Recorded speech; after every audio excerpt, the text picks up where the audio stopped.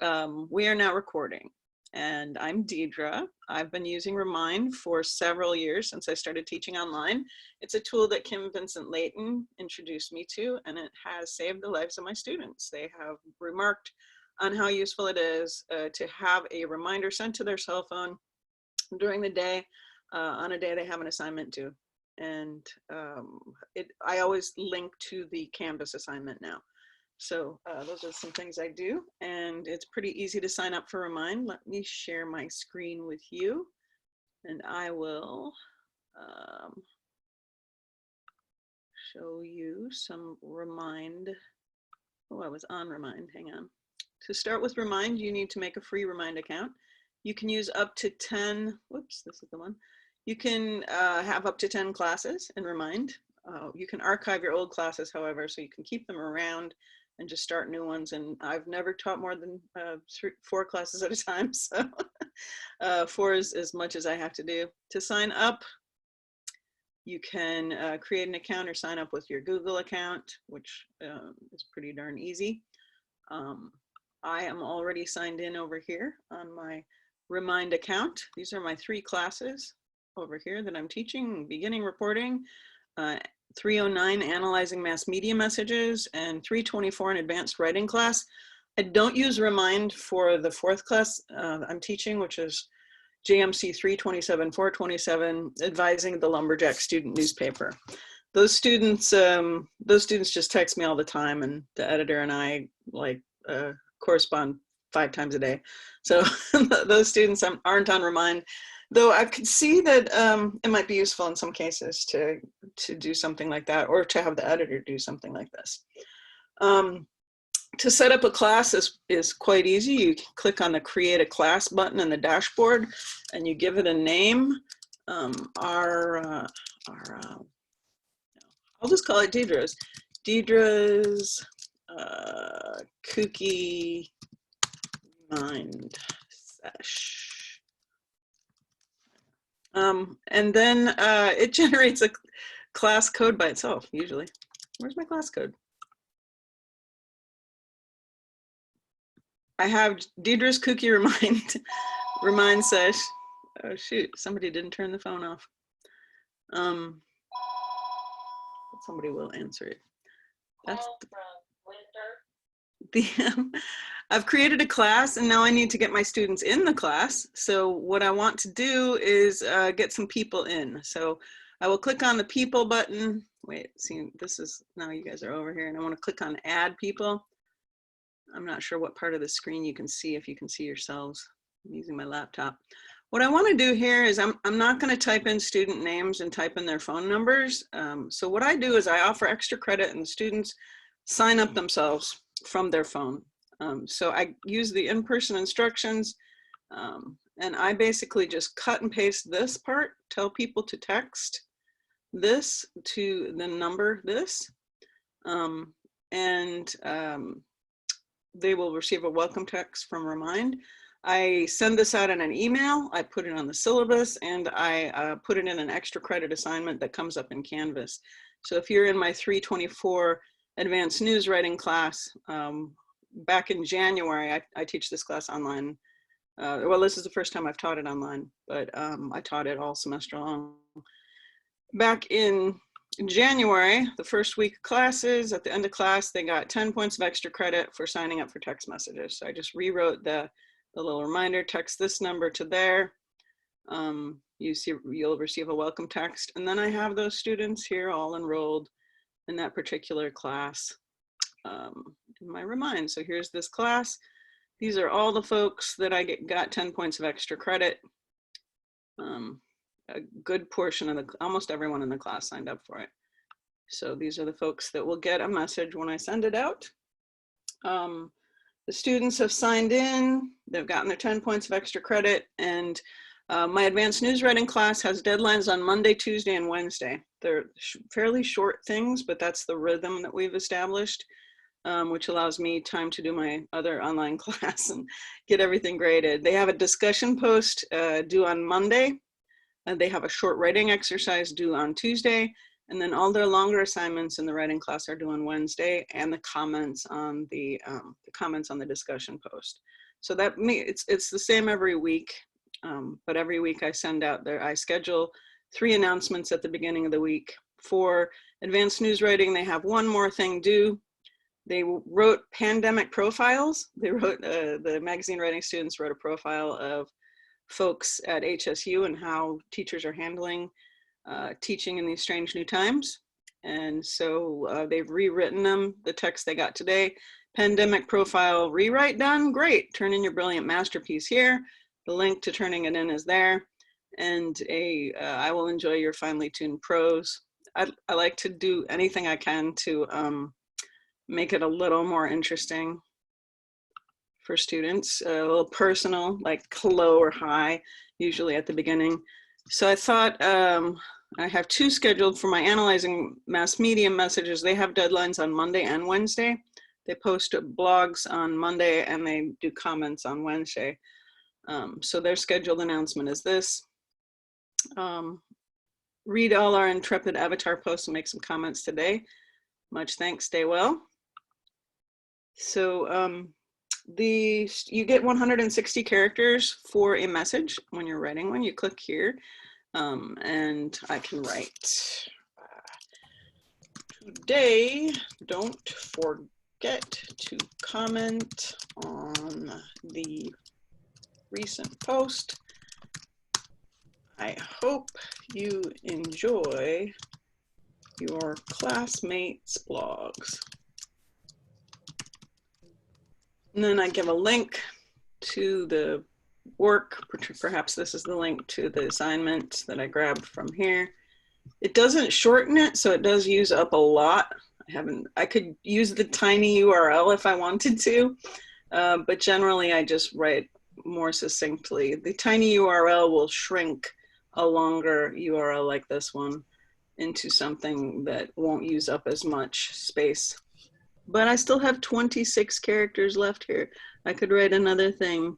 I could write another thing to my students if I wanted to. And then I do these all at the beginning of the week. When I schedule them, I like to choose I choose the correct date. That's important. I've sent them out like right now more than once. And then I have to send out another one that says, whoops, I didn't mean it. I take it back. You're going to get that one again in 2 days. So I schedule it for later. I don't like to send, you don't want to send things out too early. If you accidentally schedule it for like midnight, it will probably give you a message like, are you sure you want to send that out at 12:10 a.m.? Does it still do that? I haven't tried to do that. Oh my gosh, it just scheduled the announcement at 12:10 a.m. I think we should delete that message at 12:10 a.m. But it's easy to do since I scheduled it and didn't hit send right away. Right now, just to get in the habit of things, I always schedule it. I don't even send one out right now ever. So even if I schedule it to go out in an hour, that's what I do. I like to set the time differently. I don't like to send them all out at 2 o'clock in the afternoon. I like to scatter that. Like sometimes they'll get one at 11:30 and sometimes at 2:45. And if it's a real short thing like comments, I might send it at 6 o'clock at night. But that keeps students fresh on that. Those are the basics of setting up a class and sending a text or sending out a text message to all the students. Is this one still okay? It's going to go out at 2 o'clock today. They're going to remember to read the avatar posts. They wrote about ecofeminism in the movie Avatar for this week is what we did. So these are what's going on with the 3 classes. Now I want to find a class I archived perhaps to check something. So I click on my name up here on the account settings. And here are my archived classes, and this takes me through all the ones that, like, who was in that advertising class and what did I ever send them? Or was there some correspondence that I want to recall from journalism tools that I taught in 2019? So these are courses I've archived. I've been using this for longer than that, but I used to just delete the entire course before this was possible. I think they've kind of changed up the system. You had to reuse course codes for a while or something like that, but I don't think you much have to do that. There's a widget that I can't figure out how to use, and maybe Kim, you know, this won't go on a Canvas page. Do you know anything about that, Kim? So it looks to me, is this the, oh, it's the HTML. Yeah. Even if I edit in HTML, it won't It make still won't. that happen. So it'll work fine on a WordPress blog. Yeah, usually I know Canvas does work well with iframes, so it could be something with that beginning script. Maybe if you just take the iframe. I don't know. Sue, do you have any suggestions? Okay. I do. I've played with JavaScript. Canvas hates it. You can put it in, save it, it looks fine, and then boom, it just disappears. So there are workarounds, but they're really awkward. It's just Canvas. Canvas hates JavaScript, that it doesn't write. It'd be great if they came out with some iframe, because that tends to be a little more current, popular, I guess. Just straight up iframe is great. It's just when you see this where it says iframe.js, that's how you know that's JavaScript. Okay. So I was going to ask you too, Deidre, would you perhaps be willing to share, you showed us kind of like what you send to your students, what that looks like. I also have a sample too, but I'm curious, would you be willing to share that? Like we can put it in the faculty Canvas shared space. So if people are interested in this, they have sort of some starter resources, and we could just strip, any kind of specific information around your class, but at least it could be kind of a template. Yeah. I'm going to echo what's just been said, because as a faculty member, I always wonder what it's like on the student end, because I know what I see, but I never know exactly what they see. Even when I do the student view, I'm really questioning, am I really getting a student's view of something? So that would be really cool. Sure. So you want like some sample texts? Yeah, that would be great. Or the text, and then maybe just how you use it, and we can just write a brief little thing. I don't want to create more work for you, but maybe we could just make like a page in there that just says, if you're interested in using Remind, here's what it is. Okay. Here's what it looks like. Here's some samples of what you send out. Right. Can I jump in with a question? Is that okay? Because I'm thinking faculty might have this kind of question. So in Canvas, I can send out an announcement, and I can set that up ahead of time. Now my email, I can set up when I want to send an email to students, so I could set that up ahead of time. What are the advantages, disadvantages of Remind versus sending an email at a scheduled time versus sending an announcement via Canvas? And that's for anybody that's here, not just Deidre.